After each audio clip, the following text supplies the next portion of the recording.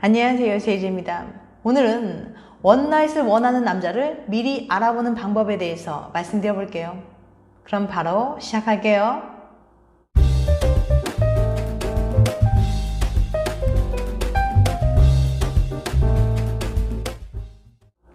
한번 상상해 보세요.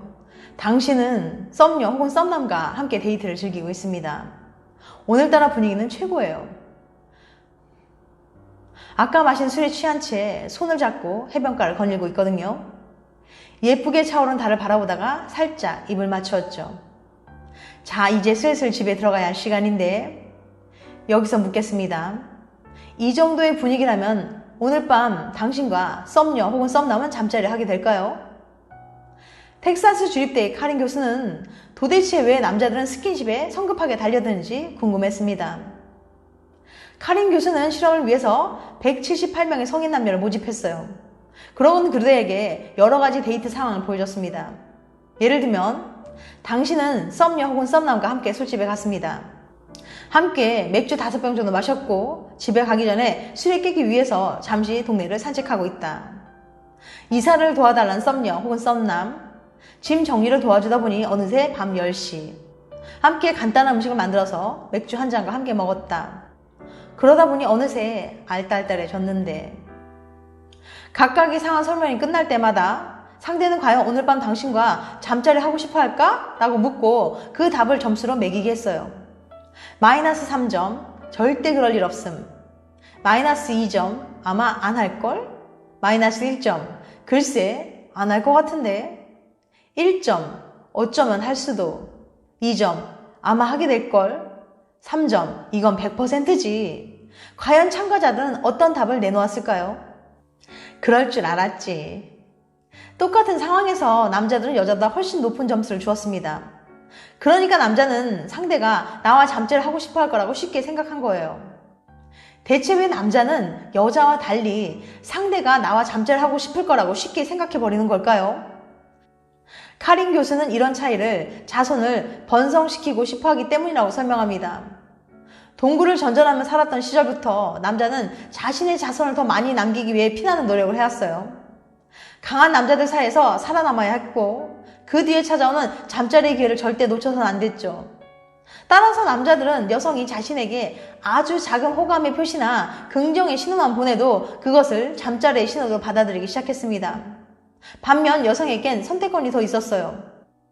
자식에게 좀 더 좋은 유전자를 물려주기 위해서 아무 남자나 쉽게 받아들일 순 없었죠.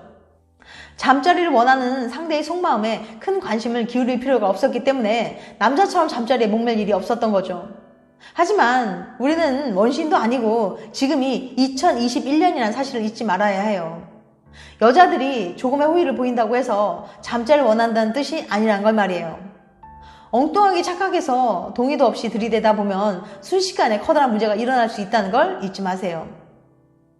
대체 왜? 처음 관계를 가진 뒤로 그 남자에게 연락이 없어요. 연애 상담 코너나 커뮤니티 게시판에 종종 올라오는 사연의 제목이죠.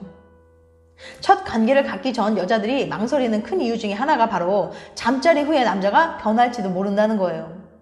여러 사례를 찾다 보니 한국뿐만 아니라 영어권에서도 같은 사연, 같은 고민이 아주 많더라고요. 즉 이런 일이 우리 문화권에만 국한된 일이 아니라 보편적으로 자주 있는 일이라는 뜻이에요. 잠자리만 하고 연락을 끊는 남자, 대체 왜 그러는 걸까요? 연락 끊는 이유. 남자들은 여자보다 성급하게 잠자리를 하려는 경향이 있으며 평균적으로 여자보다 남자가 가벼운 원나잇을 더 선호하는 것이 사실입니다. 하지만 같은 남자라도 길고 진지한 관계를 원하는 사람과 하룻밤 가벼운 관계를 원하는 사람으로 나뉘는데요. 서로 진지한 관계를 원하는 남녀 혹은 둘 다 가벼운 관계를 원하는 남녀가 만났을 때는 서로 원하는 것이 일치함으로 문제가 되지 않습니다. 문제는 가벼운 관계를 원하는 남자와 진지한 관계를 원하는 여자가 만났을 때 발생해요. 서로 원하는 게 다른 두 사람 사이에서는 어쩔 수 없이 속고 속이는 눈치 싸움이 벌어지게 돼요.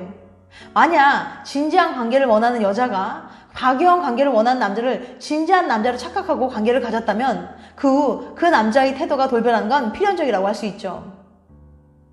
원나잇을 원하는 남자를 알아보는 3가지 질문.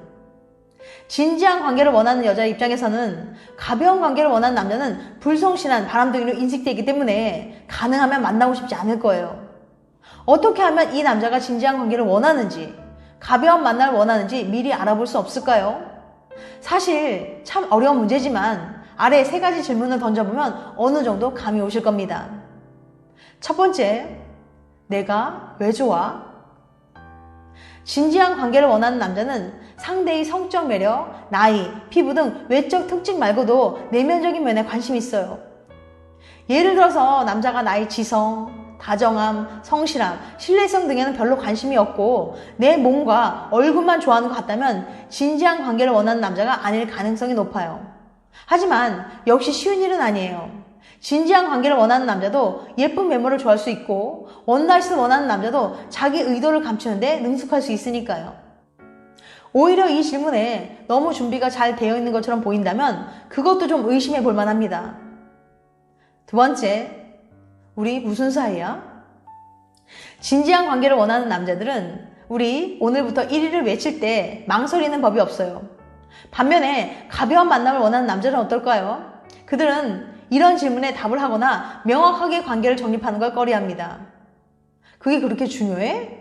관계에 얽매이지 말자. 우리 지금 행복하잖아. 이런 식으로 말을 하면서 정확한 답변을 하는 걸 회피하는 거예요. 정확한 관계 설정을 거부한다는 건 진지한 관계를 만들어가는 데 필요한 관계 의지가 부족하다는 뜻입니다. 세 번째, 손편지 써줄래? 상대의 관계에 따라 사용하기 어색할 수도 있지만 상당히 효과적인 방법이에요. 손편지를 써본 적이 있으면 아시겠지만 이거 은근히 공이 많이 드는 일이거든요. 단어를 골라야 하고 잘못 쓰면 다시 써야 하고 가벼운 만남을 원하는 남자들은 상대방과의 관계를 길게 이어갈 마음이 없기 때문에 시간과 노력을 투자하지 않으려는 경향이 있어요. 손편지를 쓴다는 건 그만큼 상대에게 마음을 표현하는데 노력을 쏟는다는 의미가 있거든요. 게다가 편지는 받는 사람만이 아니라 쓰는 사람도 상대를 더 사랑하게 만드는 효과가 있답니다.